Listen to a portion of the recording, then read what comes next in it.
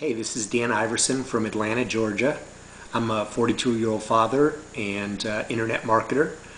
I am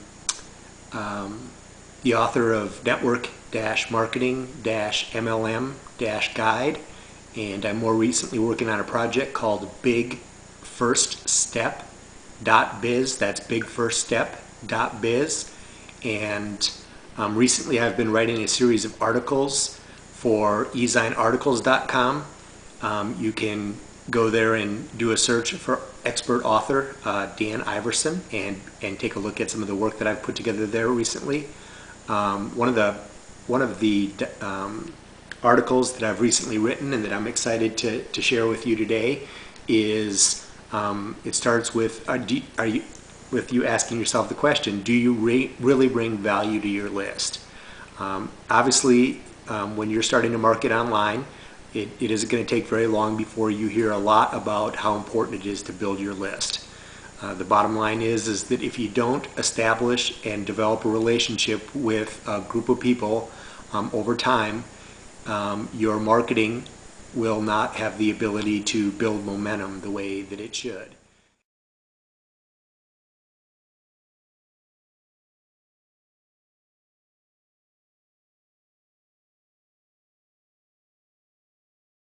And here's a great example that I learned early on in my sales career.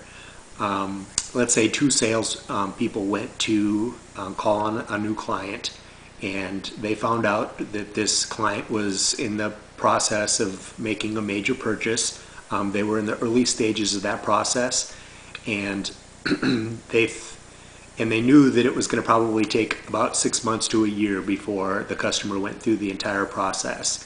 Now, if you were the typical sales rep and you would have gone in and met with the owner of this company, you would have noticed the big fish on the wall, and you'd have said, "Wow, that's a really big fish, and did you catch that yourself?" And he would have probably said, "Yeah, I've been meaning to take that fish down for years."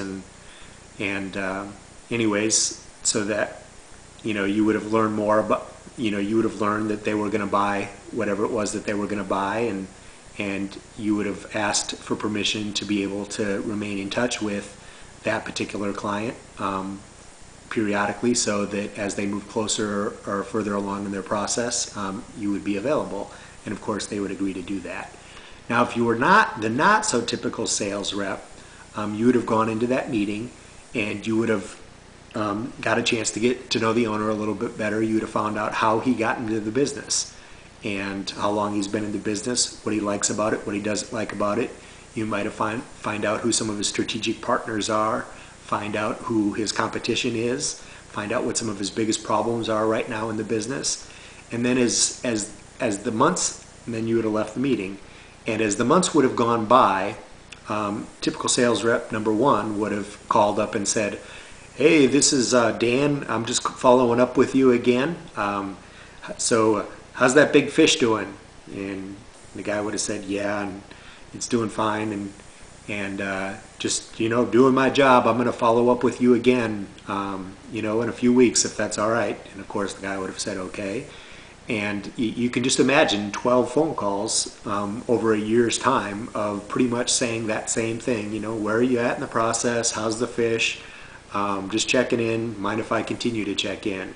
And so really, you'd get to a point, what you'd find basically is if you didn't catch the owner in, he wouldn't call you back because you really didn't bring any value.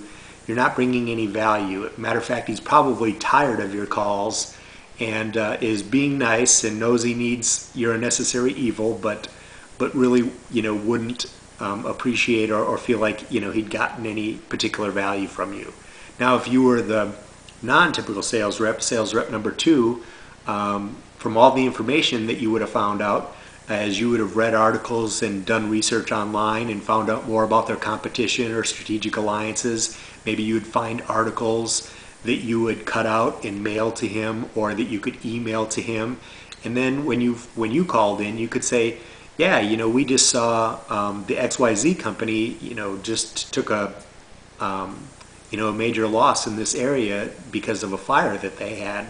How's that impacting your business? Wow, that's really awful. So, is that gonna affect the way that your company thinks about, how they're going to implement this new product that they're going to buy, and blah blah blah. And over a year's time, you would have learned a lot more about the company. The owner would have been impressed by the fact that you continued to do research and brought him information that maybe he wasn't aware of, things that changed and that maybe you found out a little bit before he did, and so you were the first one to bring him that information.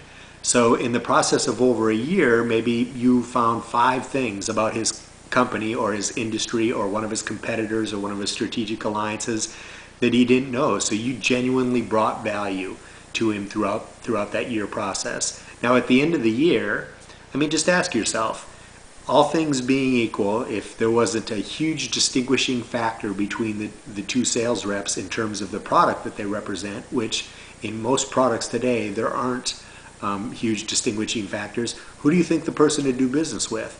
The person who he feels like understands his industry, knows about his competition, understands the impact that this purchase is going to have on their business, somebody who's taken an interest in him personally and learned about why he's in the business and that type of thing.